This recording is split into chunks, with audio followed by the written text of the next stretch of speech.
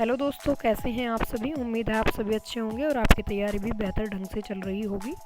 आज की वीडियो में हम आधुनिक भारत के बारे में चर्चा करेंगे और आज का हमारा टॉपिक रहेगा भारत में क्रांतिकारी आंदोलन। वीडियो में आगे बढ़ने से पहले अगर आपने अभी तक हमारे चैनल को सब्सक्राइब नहीं किया है, चैनल को सब्सक्राइब कर लीजिए, बेल आइकन को प्रेस कीजिए जिससे आने वाली नई वीडियो आपको सबसे पहले मिल सके।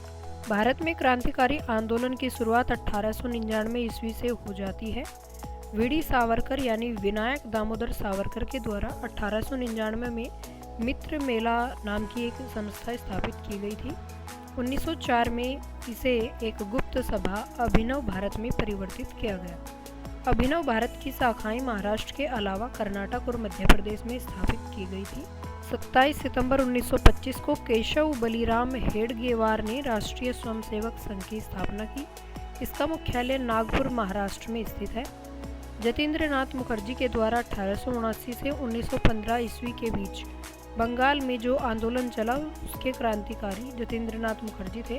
वे विवेकानंद और अरविंद घोष के निष्ठावान अनुयायी और युगांतर अनुशीलन समिति और गदर पार्टी के क्रांतिकारी और सक्रिय सदस्य थे। बाघा जतीन के नाम से इनको जाना जाता था। चापेकर बंधुओं दामोदर हरि चापेकर, बालकृष्ण हरि चापेकर और वासुदेव चापेकर ने 1896 से 97 में पूना के व्यायाम मंडल की स्थापना की। इसकी स्थापना विशुद्ध राजनीतिक उद्देश्य से की गई थी। जून 1897 में चापेकर बंधुओं ने पूना की प्लेग कमेटी के अध्यक्ष रेंड और लेफ्टिनेंट आयर्स्ट की हत्या कर दी। इन दोनों हत्या के आरोप में दामोदर हरि चापेकर को फांसी दी गई। इनकी गिरफ्तारी द्रविड़ बंधुओं की सूचना के आधार पर हुई थी। रेंड की हत्या को लेकर यह आरोप लगाया गया कि तिलक के नेतृत्व में पूना के ब्राह्मणों ने यह साजिश की थी। जुलाई 1897 में तिलक को भारतीय दंड संहिता की धारा 124A के तहत राजद्रोह के आरोप में गिरफ्तार किया गया। उन पर मुकदमा चलाकर उन्हें 18 महीने की कैद की सजा दी गई, जिसका देश भर में भारी विरोध किया गया। तिलक अखिल भारतीय नेता के रूप में लोकप्रिय हुए और जनता ने उन्हें लोकमान्य की उपाधि दी। दिसंबर 1909 में नासिक के जिला मजिस्ट्रेट जैक्सन को करवे गुट के अनंत लक्ष्मण कन्हारे ने गोली मार दी। जैक्सन हत्याकांड में कन्हारे, कृष्ण गोपाल करवे और विनायक देश पांडे को गिरफ्तार कर फांसी दी गई। बीडी सावरकर को लंदन में गिरफ्तार कर नासिक लाया गया। इसके साथ और अन्य कई लोगों का नासिक षड्यंत्र मुकदमा चला, जिसमें सावरकर को आजीवन कारावास की सजा मिली। वर्ष 1908 को बर्रा डकैती का स्थान पूर्वी बंगाल में अवस्थित था। बर्रा डकैती करने वाले क्रांतिकारियों के समूह को पुलिस बिहारी दास के नेतृत्व प्रदान किया गया। 30 अप्रैल 1908 को बिहार के मुजफ्फरपुर में खुदीराम बोस और प्रफुल्ल चाकी ने किंग्सफोर्ड पर बम फेंका, लेकिन किंग्सफोर्ड बच गया और दुर्भाग्य से राष्ट्रीय आंदोलन से हमदर्दी रखने वाले मिस्टर कनेडी की पत्नी और उनकी पुत्री मारी गई। प्रफुल्ल चाकी ने पुलिस से बचने के लिए आत्महत्या की और खुदीराम बोस को गिरफ्तार कर मात्र 17 वर्ष की आयु में फांसी की सजा दी गई। अलीपुर षड्यंत्र मामले में 1908 में अरविंद घोष और उनके भाई बारिंद्र घोष सहित 34 लोग अवैध हथियार रखने के आरोप में गिरफ्तार हुए। इस मामले में 17 लोगों को सजा हुई थी, लेकिन अरविंद घोष रिहा कर दिए गए थे। इस मामले में अरविंद घोष का बचाव एडी चोटी का जोड़ लगाकर चित्तरंजन दास ने किया था। अलीपुर षड्यंत्र मामले में ही सरकारी गवाह नरेंद्र गोसाई की कन्हाई लाल दत्त और सत्येंद्र बोस ने जेल में गोली मारकर हत्या की, जिसके कारण उन्हें फांसी की सजा हुई। देश में उचित ढंग से क्रांतिकारी आंदोलन का संचालन करने के उद्देश्य से अक्टूबर 1924 में युवा क्रांतिकारियों ने कानपुर में एक सम्मेलन किया, जिसमें हिंदुस्तान रिपब्लिक एसोसिएशन यानी HRA नामक क्रांतिकारी संगठन की स्थापना की गई, जिसके संस्थापक सचिंद्र सान्याल, राम प्रसाद बिस्मिल, जोगेश चंद्र चटर्जी और चंद्रशेखर आजाद थे, जिसके अध्यक्ष सचिंद्र सान्याल थे।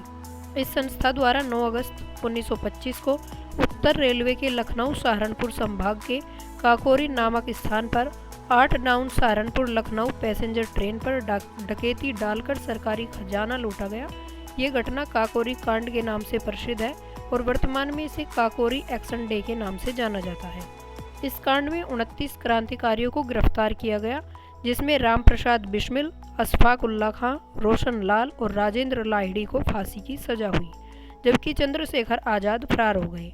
हिंदुस्तान रिपब्लिकन एसोसिएशन के यही एकमात्र सदस्य थे जो कभी पुलिस की गिरफ्त में नहीं आए।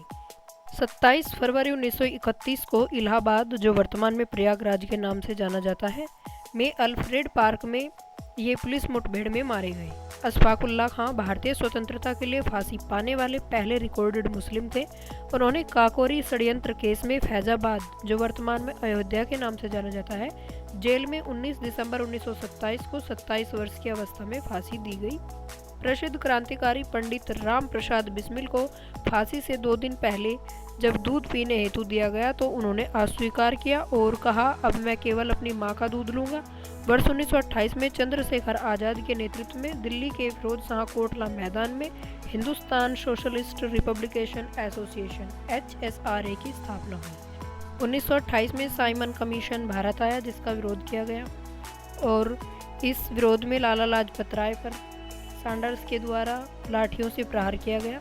दिसंबर 1928 में भगत सिंह, चंद्रशेखर आजाद और राजगुरु के द्वारा सैंडर्स की हत्या की गई। हिंदुस्तान सोशलिस्ट रिपब्लिकन एसोसिएशन के 2 सदस्य भगत सिंह और बटुकेश्वर दत्त ने 8 अप्रैल 1929 को केंद्रीय विधानसभा में बम फेंका। दोनों को गिरफ्तार कर केंद्रीय असेंबली बम कांड के अंतर्गत मुकदमा चला। बाद में इस संगठन के अन्य सदस्यों को भी गिरफ्तार किया गया और कुल 18 क्रांतिकारियों के ऊपर लाहौर षड्यंत्र कांड के अंतर्गत मुकदमा चला। भगत सिंह, राजगुरु, सुखदेव को 23 मार्च 1931 को फांसी दी गई। चोरी छिपे उनका अंतिम संस्कार फिरोजपुर जिले में सतलज नदी के तट पर किया गया। उसी स्थान पर आज शहीद भगत सिंह स्मारक स्थित है, जहां प्रतिवर्ष 23 मार्च को हजारों लोग श्रद्धांजलि अर्पित करते हैं। इनकलाब जिंदाबाद का पहली बार नारा भगत सिंह के द्वारा ही प्रयोग किया गया था। इन्होंने ही इस नारे को चर्चित बनाया। चटगांव शस्त्रागार धावे को मास्टर दा के नाम से प्रसिद्ध सूर्य सेन ने आयोजित किया था। सूर्य सेन ने बंगाल में इंडियन रिपब्लिकन आर्मी IRA की स्थापना की थी।